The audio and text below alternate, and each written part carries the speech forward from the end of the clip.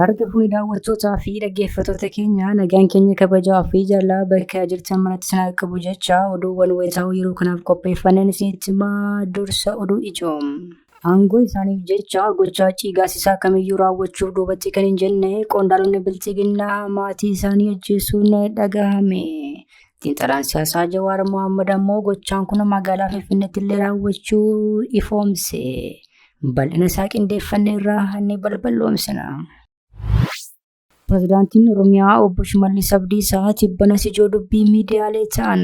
Pirezidaantichi ofii isaanii fi deeggartoota bilchiginaa ijoollee Abiyyiifi garbaa gochuun yoo dhaadessan warra isaan mormanii fi badii isaanii qeeqan ammoo gantuu fi warra shanii Amaaraa yookiin faannoo deeggaran jechuun abaaran. Waggaa lama dura Bahar Daar deemuun WBO fi TPLF balleessina jedhanii waliigaltee kan mallatteessan obbo Shimallis Abdiisaa amma ija ashaboon niqatanii as bahaniiru.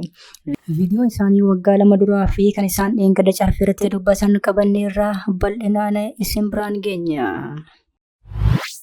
Abiyyi Ahmad droonii Tarkii irraa bitachuuf haalduree manneen barnootaa Imbaaletti keessaa cufuu simatee akka ture televezyiiniin Faransaayii Firaansis 24 gabaase.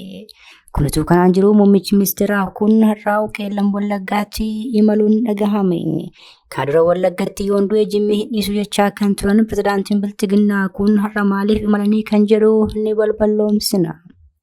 Odeeffannoo wayitaawaa Imbaaletti fi Oromiyaa keessaa argachuuf toora YouTube chaanalii kanaa sabiskiraayib, laayik, sheer taasisaa jechaan gara oduu bal'inaan qopheeffanneetti sin dabarsa. Aangoo isaaniif jecha gochaa cigaasisaa kamiyyuu raawwachuuf duubatti kan hin jenne qondaalonni bilchiginaa maatii isaanii ajjeesuun dhagahame. Xiinxalaan siyaasaa Jawaar Mohaammed ammoo gochaan kun magaalaa Finfinneetti illee raawwachuu ifoomse. Bilchiginaan bara bulchiinsa isaa keessaa namoota miliyoona hedduun lakkaa'aman naannolee Imbaaletti gurguddoo jedhaman Oromiyaa, Amaaraa fi Tigraay keessatti ajjeesaa fi ajjeesisaa tureera. Kana keessatti ammoo qondaalonni sirnichaa kunneen miseensonni maatii isaanii osoo hin hafin ajjeesaa turuu xiinxalaan siyaasaa Jawaar Mohaammed ifoomse.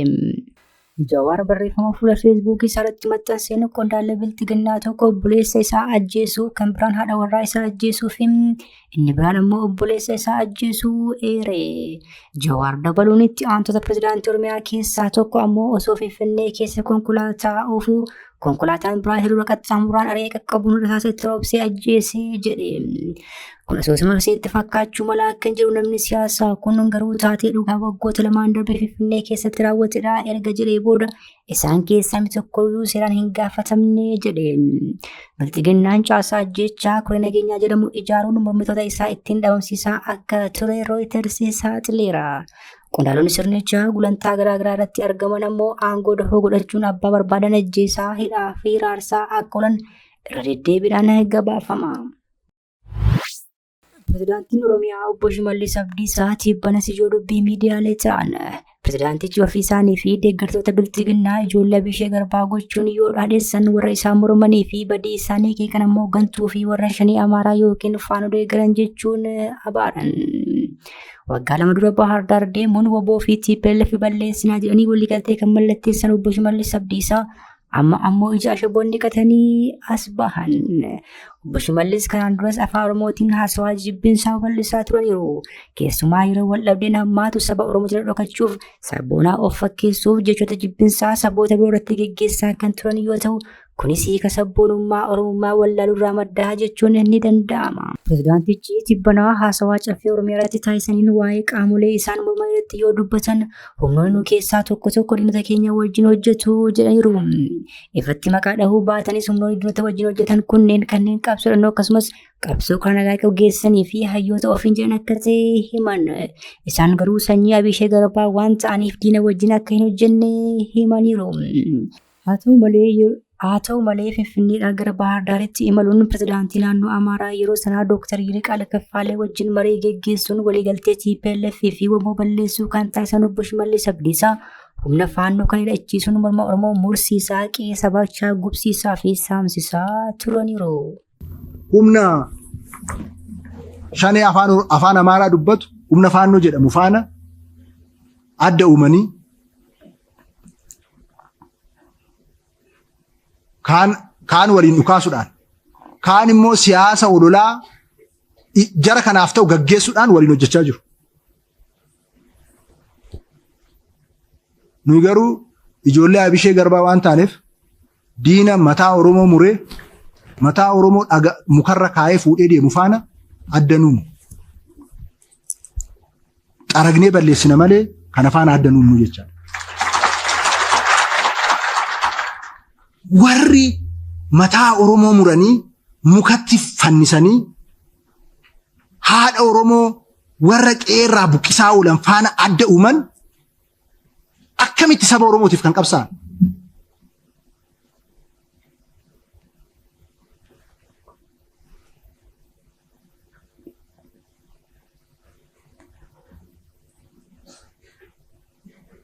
Maal jechuudha? Tokko humna kana ijaaree godinaalee tokko keessatti kan socho'u Oromoon ofitti siksee nyaachisee bara rakkinaa dabarsee niititti fuudhee kan cimseetu abbaa cimsee sana ajjeesee qeesaa gubee Oromoo irratti kan bobba'e. የአማራ ብቻ አይደለም የመላ ኢትዮጵያውያን አጀንዳ ነው። መላ ኢትዮጵያውያን ናቸው ይሄን አሸባሪ ድርጅት በጽኑ ማውገዝ እና መንግስት የሚወስደው ህግ ማስከበር እርምጃ በጽናት መደገፍ ያለበት። እንዲህ ሲሆን ነው ሀገርም የምንገነባው። እንዲህ ሲሆን ነው አንድነትን የምናጠናክረው። ሸኔ የፈጸመው ድርጊት እያንዳንዳችንን ልብ ሰብሯል። በፍጹም ግን የሁለቱን ህዝቦች አንድነት የሁለቱን ክልሎች አንድነት ሊሰብር አይችልም። የሁለቱን ህዝቦች አንድነት ወደ ኋላ ሊመልስ አይችልም። የሁለቱን ህዝቦች ታሪክ ሊቀለብስ አይችልም። በፍጹም የኢትዮጵያን አንድነት ሊያንሸራተት አይችልም። ኢትዮጵያን አሳልፎ ለሌላ ጠላት በር ሊከፍትለት አይችልም። ይሄ ሊሆን አይችልም። ሸኔም ቲፒኤልኤፍም በዚህ ተግባር እናሳካለን ብሎ የሚያስቡትን ነገር በፍጹም አያሳኩትም። ይሄ ትውልድ እያለ ይሄ አመራር እያለ ይህንን ማሳካት አይችሉም። Akkuma viidiyoo kanarraa hubatamuun danda'amutti pirezidaantichi yeroo sana humna bilxiginnaa cina hiriiruun TPLF fi uummata Oromoo haleelaa ture faannoof illee deeggarsa maallaqaa guddaa taasiseera. Dheengadda garuu ija shaboonni qatanii as bahuun nuyi sanyii Abiyyiifi Garbaati jechuun nama qaanessa. Warri bilxiginnaa faannoonni dhaala abbaa keenyaa deebifna jechuun salaaleedhaan hanga Wallaggaatti yakka guddaa raawwachaa jiru hanqannaan Arsii keessatti caasaa fakkeessaa ijaaruun namoota ajjeesisaa fi manneen amantaa tarkaanfii fudhachiisaa akka turan torban darbee keessa Jawaar Mohaammed saaxilee ture. Abiyyi Ahmad diroonii Tarkiirraa bitachuuf haalduree manneen barnootaa Impaayirtii keessaa cufuu simatee akka ture televezyiiniin Faransaay Firaansi 24 gabaase. Kulatoo kanaan jiru muummichi ministeeraa kun har'a Qeellam Wallaggaatti imaluun dhagahame.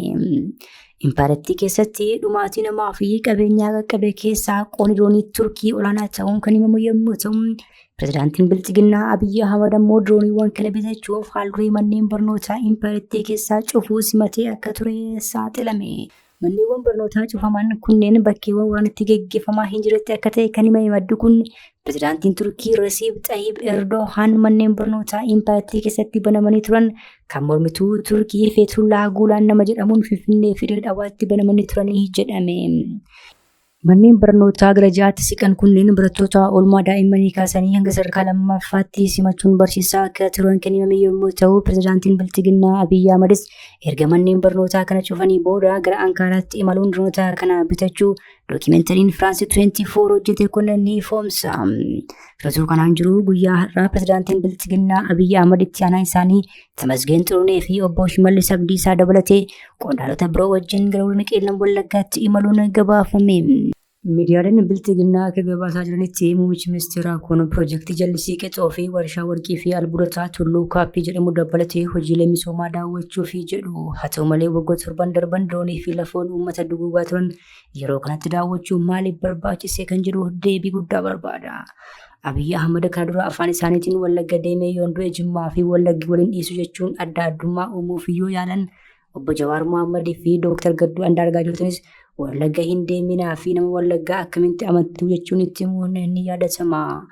Andeemee bakka biraa hundee Oromoon tokko ta'eetu qabsootti fufa. Andeemee Wallagga hundee garuu kana booda Jimmaaf Wallaggi, Baaleef Wallaggi, Arsiif Wallaggi Oromoo tokko ta'uu hin danda'u. Gaafa wallagga hoggaadhaan hin ajjeefamna gaafa jedhan waan dubbadnoonni baay'een waan biraa se'aa ture. I know what they are trying to do. Wantoota amma adda addaa dubbatan is not accidentally miti. Kun maalinni hira mootummaan kun ittiin beekamudha. Dhaabi kun ittiin beekamudha. Uummattoota gidduu wannoo uumuu isa tokko asitti qabe isa tokko irratti kakaasu irratti duulchisu amma wanni hojjetamaa jiru exactly kanadha.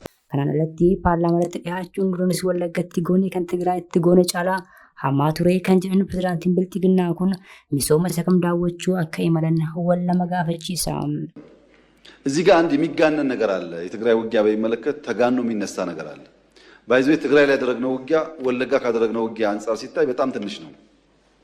Kunutu kanaan jiru irreessi gaachanni saba Oromoo waraanni bilisummaa Oromoo ammoo godinuma kana aadaallee waa biraa keessatti waan faashistii abii kana haleeluudhaan hedduu irraa ajjeesuu ifoomse. Sochii waraana bilisummaa Oromoo kanaan kan rifatan loltoonni sirnichaa maqaa simannaa qondaalota Bilxiginnaa kanaan namoota nagaa hidhaa ari'aa sochii geejjibaa dhorkaa fi hiraarsaa akka oolan maddeen gabaasaniiru. Kabajamtoota hordoftoota keenya oduun sa'aatii kanaaf qabannee dhiyaannee kana gaammaatti hordoftan ture. Oduu biraan hanga walitti deebinutti nagaa ta'a. Aga dhagahaa.